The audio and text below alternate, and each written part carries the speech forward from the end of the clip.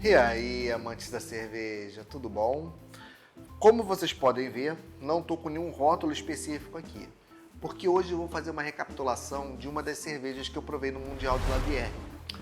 Não é o que eu gostaria, não é da forma que eu gostaria, mas foi o caminho que eu encontrei para poder salvar os vídeos que eu gravei durante o evento e que infelizmente eu não vou poder apresentar do modo que eu imaginei. Durante o evento do Mundial de Labière, eu gravei alguns episódios aqui para o canal. Já que eu estou tendo que apresentar 2 cervejas por dia, por que não gravar algumas cervejas que estavam disponíveis lá no Mundial? Como eu já gravei em alguns bares e trouxe aqui em algumas ocasiões, mas infelizmente não foi possível porque o nosso microfone era Bluetooth e teve uma interferência de sinal de rádio. Então ficou um som completamente inaudível. Infelizmente nós não percebemos isso na hora, achamos que era apenas um ruído ambiente, mas quando eu joguei no computador e fui monitorar com equipamento mesmo, profissional, infelizmente a gente percebeu que não tinha como rolar os vídeos dessa forma. Então, a partir de hoje, em alguns dias aleatórios, onde eu vou trazer esses vídeos que eu gravei, eu vou fazer uma recapitulação do que rolou no Mundial de Labière e falar sobre essas cervejas que eu experimentei, que realmente marcaram bastante o evento. Vamos começar hoje com a Asenbock, da Weltenburger Kloster. Eu já trouxe aqui algumas vezes rótulos da Weltenburger Kloster, uma tradicional cervejaria alemã. Ela briga com a Weinheim-Stephan pelo posto de cervejaria mais antiga do mundo e ela tem vários rótulos produzidos aqui no Brasil pelo Grupo Petrópolis. E eu já trouxe todos esses rótulos que estão produzidos aqui. Mas uma coisa que foi muito legal é que no ano passado eles trouxeram uma cerveja que não é produzida no Brasil, que é a Asenbock, que não faz parte do catálogo brasileiro da Weltenburger Kloster. Eles se gabam de ser a cerveja escura mais antiga do mundo, que nenhuma outra cerveja escura em produção atualmente no mundo é tão antiga quanto a Asenbock da Weltenburger Kloster. Eu tenho minhas dúvidas em relação a isso e eu acredito que essa não é uma receita original da época. As leveduras lagers não datam de 1050, pelo menos não o conhecimento das leveduras lagers não data dessa época. A própria Weinheim-Stephan também tem suas cervejas escuras, então eu discordo desse ponto de ser a cerveja escura mais antiga do mundo.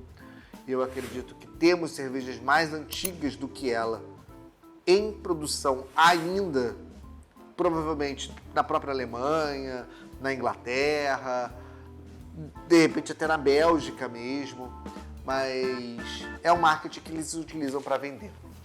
A Asenbock é uma cerveja do estilo Doppelbock, embora estivesse classificada como uma tradicional German Bock no cardápio do Mundial de Labière.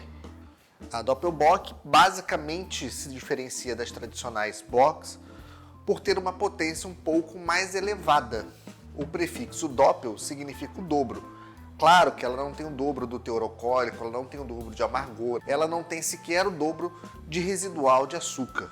Ela não leva o dobro de malte. Mas a aplicação desse termo, Doppel, tem por objetivo intensificar a designação da tradicional Bock, que acaba tendo suas características potencializadas nas Doppelbocks.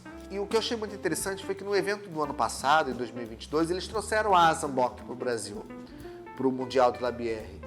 E foi a primeira vez que eu provei dela, e eu gostei bastante na época. E esse ano eles trouxeram de novo.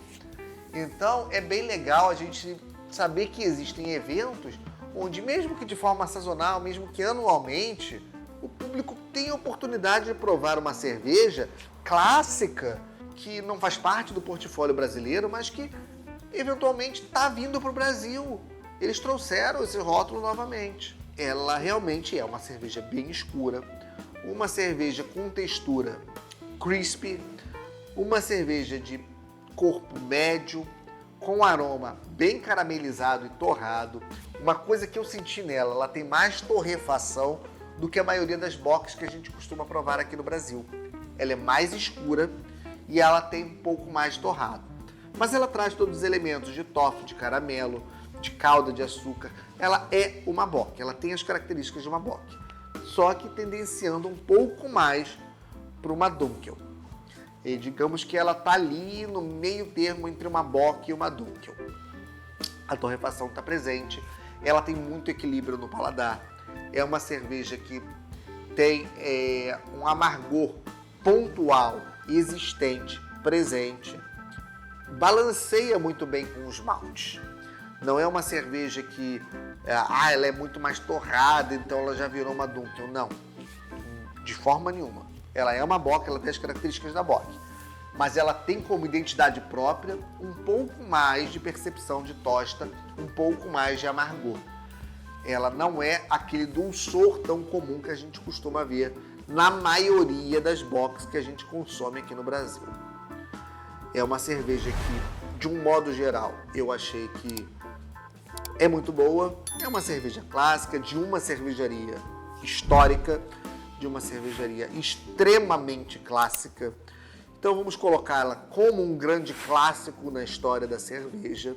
E eu acho que, acima de tudo, o fato das pessoas ali presentes no evento terem a oportunidade de provar um rótulo desses já é um privilégio, já é uma honra, já é uma conquista muito grande para o público.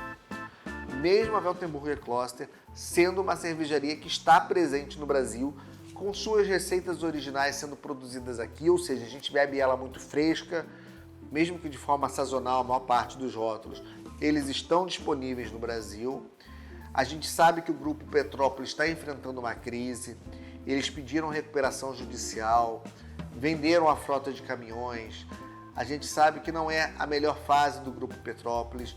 Eu espero sim que eles saiam da crise, que eles consigam se recuperar, que não somente as cervejas artesanais do grupo tenham uma vida longa, mas inclusive as cervejas de mercado deles mesmo, como a própria Itaipava, como a própria Cabaré. Não tem por que torcer contra essas cervejas.